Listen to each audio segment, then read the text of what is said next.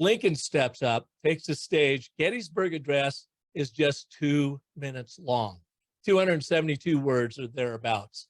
And when you read through it, it is a perfect and, but, therefore.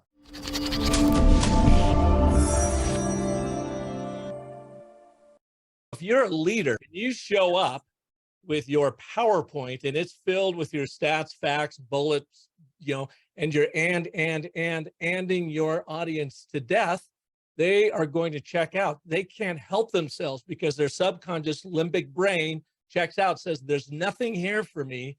I need to go and look other ways. Let's just back into that just a little bit. So our subconscious brain, the limbic brain, has not changed appreciably in the 130,000 years we have been traipsing around the planet. Our ancestors who navigated and survived the savannah used essentially the same apparatus that we use today to navigate the internet and this onslaught of communication coming at us. Now, it was always a narrative brain, and whenever you are communicating in just and, that is called all exposition. It is non-narrative, and you lose that limbic brain because it's scanning, trying to determine, is there a fight or flight situation here? Is there an opportunity here? Let me give you an example. Lincoln, Gettysburg Address. If you go and look it up, it is a perfect and, but, therefore. We have this great country, but now we are embroiled in the Civil War. Therefore, we are here to consecrate this land and make sure that we do right by all those that have died here. Set up problem resolution. Now, the interesting thing to me about the Gettysburg Address and the ABT in this instance, Lincoln was the second speaker. He was not even the keynote speaker at Gettysburg that day. Well, Edward Everett goes on stage, self-proclaimed orator, former Secretary of State, speaks for 2 hours. He's completely lost, non-narrative for 2 hours, completely lost in the history books.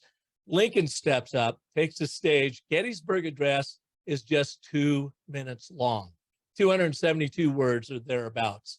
And when you read through it, it is a perfect and, but, therefore.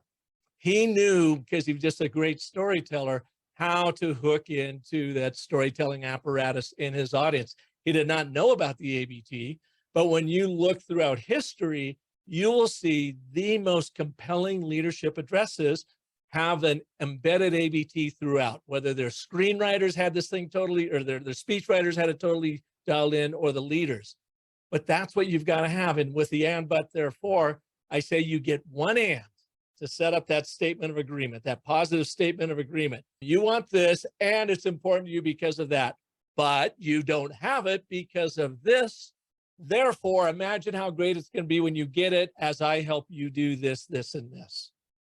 So I just, made that up in under 10 seconds. I'm able to set the stage and the theme for all of my communication to come. And here's one of the tricks.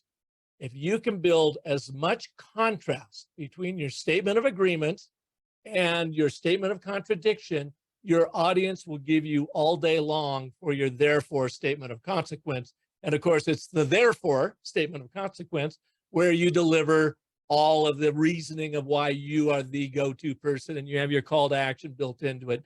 But it's meaningless unless you set it up with this narrative framework of the and, but, to get you to the therefore.